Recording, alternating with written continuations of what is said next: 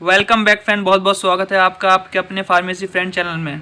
मैं हूं आपका दोस्त फैजुद्दीन। फ्रेंड, आज हम बात करने वाले हैं हॉस्पिटल एंड क्लिनिकल फार्मेसी के chapter 4 manufacturing of sterile and non sterile preparations. Friends, इस चैप्टर में एक वीडियो पहले बना चुका हूं, मैं इसका पार्ट बी समझाने वाला हूं। तो फ्रेंड्स, अभी तक अगर आपने हमारी वो पहली वीडियो नहीं देखी है तो उस वीडियो का लिंक मैं आई बटन में और नीचे डिस्क्रिप्शन में दे दूंगा, प्लीज आप पहले वो वीडियो देखें। फ्रेंड, जल्दी से जान लेते हैं हम इस वीडियो में किन किन टॉपिक को कवर करने वाले हैं। Sterile manufactures, facilities and requirement, man power requirement, layout of sterile products area. Sterile manufactures, large and small volume parenterals, injection fluid पदार्थों की मात्रा 1 मिलीलीटर से 100 मिलीलीटर तक होती है। इंट्रावीनस फ्लूइड्स 1 ml से 500 ml तक होते हैं। 500 ml वीनस फ्लूइड को लार्ज वॉल्यूम पेरेंट्रल कहते हैं। Facilities and requirements, sterile manufacturing के लिए ड्रग एंड कॉस्मेटिक एक्ट की रिक्वायरमेंट को पूरा करने के लिए निम्नलिखित इक्विपमेंट आवश्यक हैं। A. Strong equipment for employers and vials. B. Strong cabinets. C.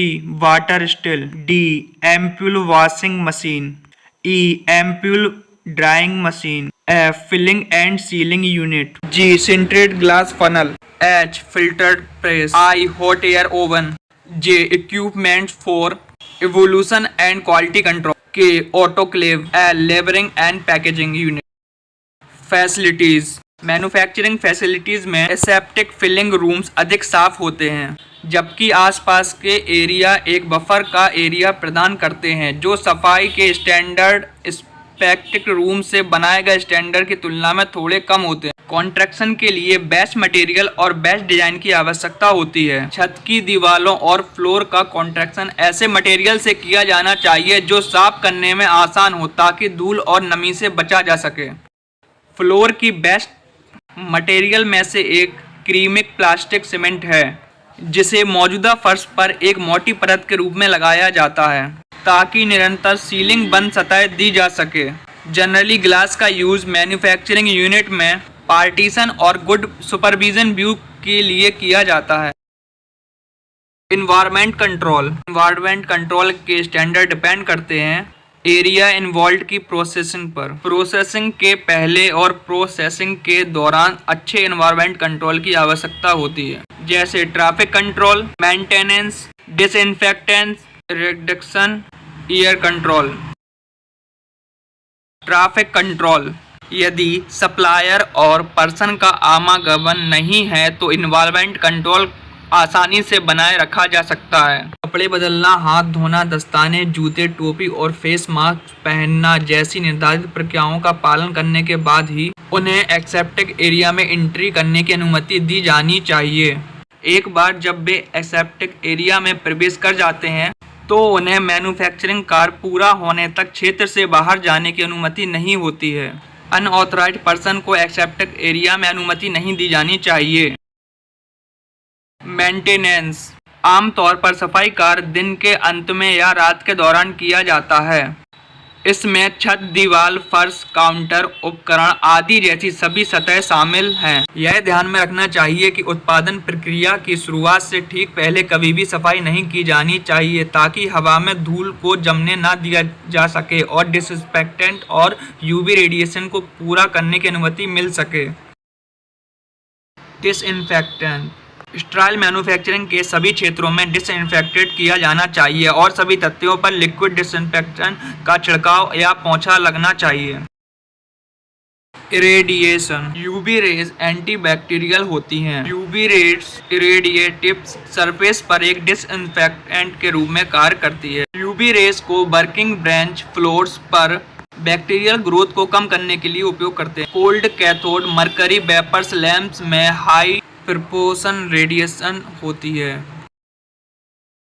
Air control, sterile areas में एयर कंटामिनेशन होना सबसे बड़े सोर्सेज में से एक है। एयर क्लीनिंग निम्नलिखित तरीके से करना चाहिए। ए. ऊन, कपड़े या कटे हुआ प्लास्टिक के बड़े पार्टिकल को हटाने के लिए आमतौर पर आउटसाइड एयर को पहले प्री फिल्टर्स के माध्यम से पास किया जाना चाहिए। बी. फिर इसे इलेक्ट्रोस्टैटिक प्रेसिपिटेटर के माध्यम से पास्ड किया जाता है जो चार्ज पार्टिकल्स को हटा देता है। सी हैपा उच्च क्षमता वाली कण हवा के माध्यम से पास किया जाता है जिसमें 0.3 UM से बड़े कणों को हटाने में कम से कम 99.57% की क्षमता होती है। साफ और एसेप्टिक एयर को जब एसेप्टिक एरिया में पास किया जाता है और पॉजिटिव प्रेशर को बनाए रखा जाता है तो आउटसाइड एयर दरारों से एक्सेप्ट एरिया से बाहर निकल जाती है। सी लेमिनार एयर फ्लो बेंच उस सीमित एयर में हैपा फिल्टर के माध्यम से आने वाली पैरेलल लाइन के साथ समान वेग की हवा प्रदान करने के लिए सक्षम होता है। यह एक न्यू एयर कंट्रोल सिस्टम है जिसमें क्लियर फिल्टर्ड एसेप्टिक एयर पूरी वर्किंग ब्रेंच से बाहर निकलती है। Horizontal laminar air flow working bench का डायग्राम फ्रेंड्स आपके सामने, इसमें आप देख सकते हैं हैपा फिल्टर लगा हुआ है। नीचे एक ब्लोवर दिया गया है जो प्री फिल्टर करता है, जो एयर को लेकर हैपा फिल्टर के माध्यम से ब्रेंच में पूरी वर्किंग ब्रेंच में फैला देता है।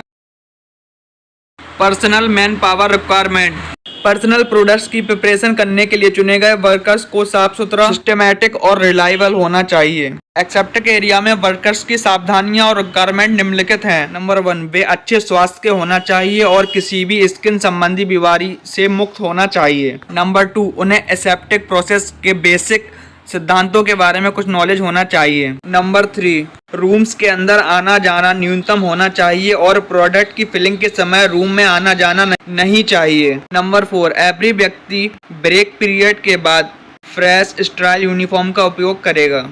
नंबर 5, यूनिफॉर्म में मैन एंड वुमेन दोनों के लिए पूरी तरह से hair, face mask, plastic shoes, style rubber gloves और गूगल्स शामिल होना चाहिए। नंबर 6, एक ईयर शावर का उपयोग किसी भी ढीले टुकड़े को हटाने के लिए किया जाना चाहिए।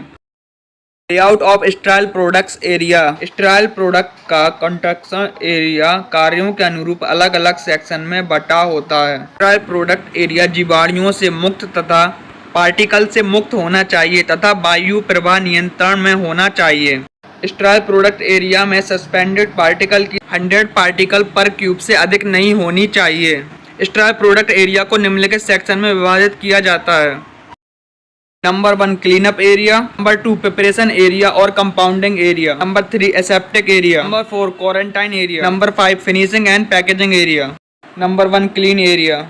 इस एरिया में फिल्म कोटिंग मटेरियल के साथ वॉल और छत के कोने में कोई छेद नहीं होना चाहिए। एयर, डर्ट एंड माइक्रोब से मुक्त होनी चाहिए और रूम की एयर को मिनिमम प्रति घंटे 10 से 15 बार चेंज करना चाहिए। सभी आने वाली हवा को कम से कम 95 एफिशिएंसी के साथ फिल्टर के माध्यम से गुजारना चाहिए। प्रिपरेशन और कंपाउंडिंग एरिया इस एरिया में फॉर्मूले की कंपाउंडिंग की जाती है और इसके लिए यह जरूरी नहीं है कि एसेप्टिक एरिया हो, लेकिन मेजर और कंपाउंडिंग प्रोसेस में उत्पन्न डस्ट को कंट्रोल करने के लिए नियंत्रण उपाय किया जाना चाहिए। आमतौर पर कैबिनेट और काउंटर्स स्टेनलेस स्टील के बने होते हैं। प्रिपरेशन ऑफ कंपाउंड एरिया का आप डायग्राम भी देख सकते हैं फ्रेंड, जो आपकी स्क्रीन पे है। सेप्टिक एरिया छत, दीवारों और फर्श को ठीक से सील किया जाना चाहिए ताकि आवश्यकता पड़ने पर उन्हें धोया और कीटाणु रहित किया जा सके।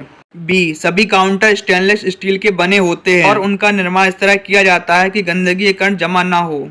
जितना संभव हो भंडार टैंक मिश्रित उत्पादों वाले मिश्रित टैंक एसेप्टिक एरिया से बाहर रहना चाहिए और फिर उत्पाद को पाइपलाइनों के माध्यम से एसेप्टिक एरिया में खाली किया जाना चाहिए।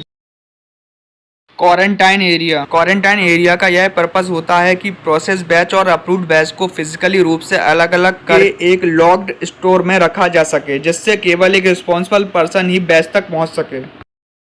लेबलिंग एंड पैकेजिंग एरिया इस एरिया में बैच के लेबल्स की नंबरिंग और ओवर प्रिंटिंग की जाती है। ओवर प्रिंटिंग डिवाइस और पैकेजिंग मशीन्स की इंस्टॉलेशन के लिए पर्याप्त स्पेस की आवश्यकता होती है। एक समय में केवल एक ही प्रकार के प्रोडक्ट की लेबल की प्रोसेसिंग की जाती है।